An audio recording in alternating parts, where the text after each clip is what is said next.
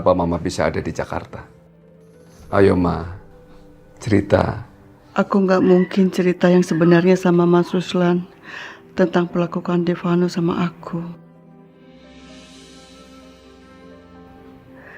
Dia pasti akan semakin sakit hati setelah dia diperlakukan Afan dengan kejam. Mas Ruslan pasti akan semakin hancur kalau mendengar Vano juga sama kelakuannya dengan Afan. Bisa-bisa jantungnya kumat. Ibu kayaknya nggak bisa cerita yang sebenarnya ke Bapak. Karena nggak mau hati Bapak sakit. Terpaksa aku juga mesti nutupin dari Bapak. Pak, Ibu selama di Surabaya tinggal sama bosnya Mas Vano. Bosnya Vano? Bosnya Mas Vano itu baik sekali Pak sama Ibu. Mereka menganggap Ibu itu kayak keluarganya sendiri Pak. Dan akhirnya bosnya Mas Vano dipindah ke Jakarta Pak. Jadi Ibu juga diajak ke sini. Bersyukur. Setidaknya kita masih punya anak satu yang bisa berbakti sama orang tuanya. Tapi Pak, Mas Alvan tahu Ibu tinggal di mana waktu di Jakarta. Dan akhirnya Mas Alvan bilang ke keluarganya bosnya Mas Stefano kalau Bapak itu di rumah sakit jiwa.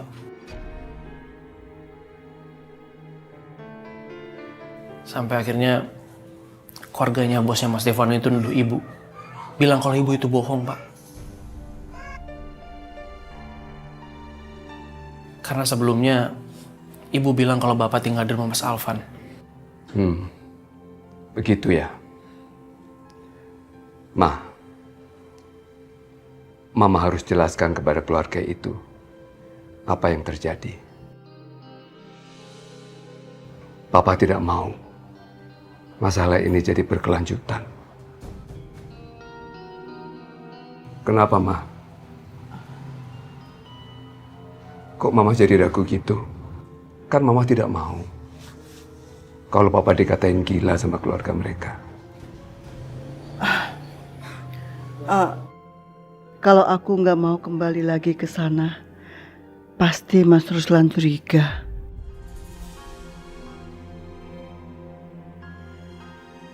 Baiklah, Pak. Mama akan kembali ke keluarga mereka dan Mama akan jelaskan semuanya sama mereka. Dok, anterin Ibu ya.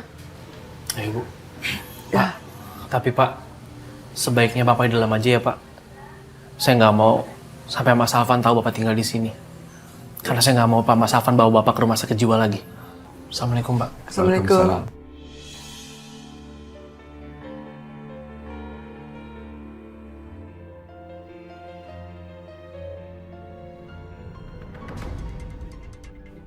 Mobil mewah mah susah kalau dikelepetin catnya. Bikin kerjaan aja. Apa lagi orang?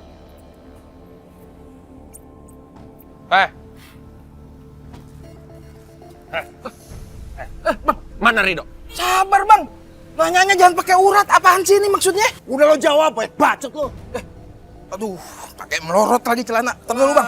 Mak lu gusti, kan mana Rido? Bang. Ini Rido kagak ada bang.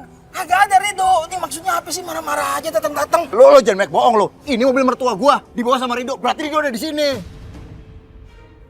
Kagak ada bang, bener bang. Kalau ada bang ngapain saya ngumpetin? Bener, kagak ada. Suara Vano dan Alvan, Rido. Iya, Bu.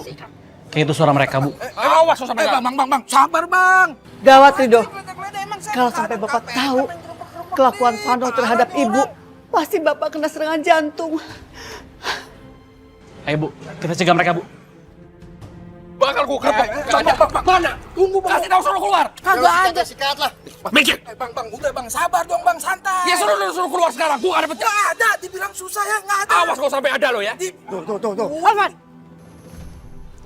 Kamu anak kurang ajar. Nggak tahu diri.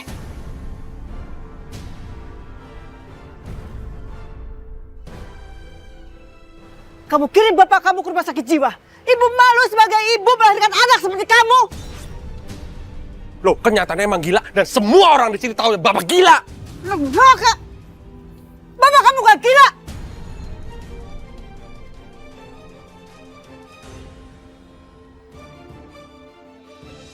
Mana Bapak, Bu? Mana? Apa, Mas?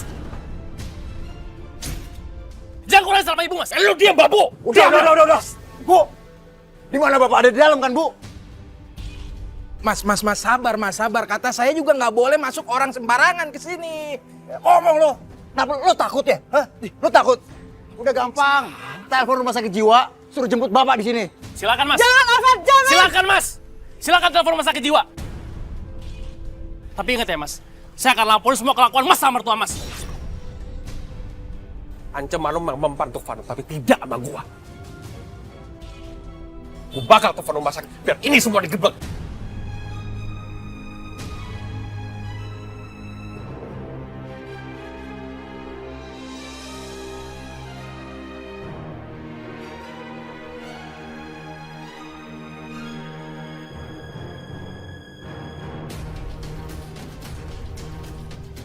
Jangan. Kenapa lu? Maksud lu apa? Kalau gua nggak telepon rumah sakit, gua mau jadi apa? Gua bakal dipecat. Iya sama aja, gua juga bisa kehilangan semuanya. Dan gua nggak bisa ngasih duit lagi buat lo, buat ngurus ibu. Bayangin, hidup lo bakal susah. Udah gini aja nih. Kita cooling down dulu, kita biarin masalah ini. Lo percaya sama gua akan urus semuanya. Sekarang mendingan lo pulang aja dulu, ya? Nih. Lo nggak nipu gua kan? Gila lu. Kali ini lu harus percaya sama gua. Gua bakal handle semuanya. Ya? Lu pulang dulu deh. Awas lu. Lu masih nggak percaya aja sama gua? Ternyata berdua sekongkol mau menghabisi aku. Devano anakku, yang saya anggap dia anak berbakti kepada orang tua, ternyata tidak jauh kelakuannya sama Arman. Dasar anak kurang ngajar. Anak duraka.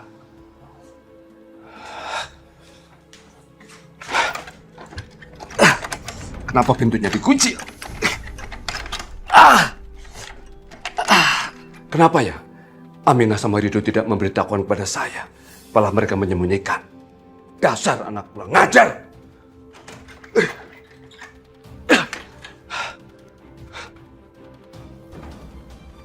Devano, Alvan. Dasar anak-anak durhaka kamu. Halo. Kabar, Pak. Lepaskan. Lepaskan. Ya anak durhaka. Kenapa kalian juga nggak bilang sama Bapak kalau mereka durhaka sama kita? Sudah, Pak, sudah, ya Allah, Papa. Hei.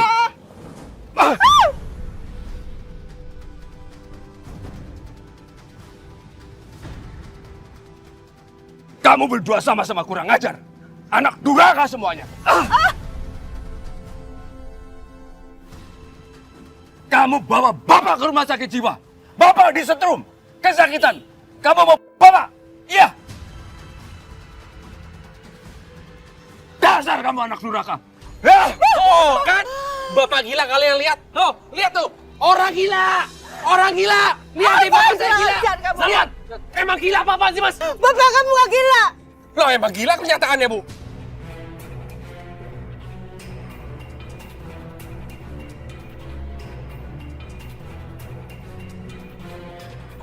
Pak, ada apa ini Pak? Kok ribut-ribut gini, Pak? Bapak saya gila.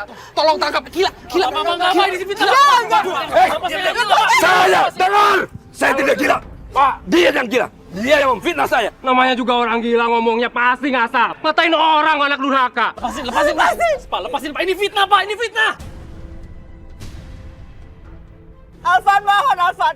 Bilang sama mereka kalau papa kamu gak gila, Alvan. Tolong. Mah. Gak usah mohon-mohon. Tolong. Biar aja. Tolong, Alvan. Bapak itu tepat di rumah sakit. Ikat dia.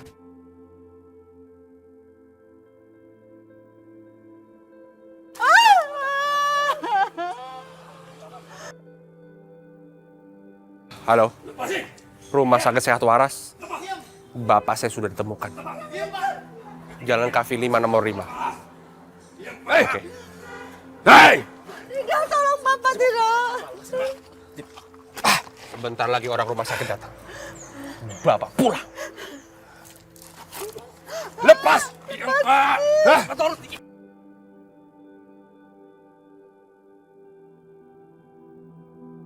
Lepasin. Ibu diam! Orang gila seperti ini nggak boleh berkeliaran, Bu. Bahaya. Iya benar, Bu. Dok, lu lihat gue nggak ngapa-ngapain kan? Ini semua ulahnya Mas Alvan. Aku harus telepon Pak Tony. Cuma dia yang bisa bebasin Bapak. Kurang ngajar.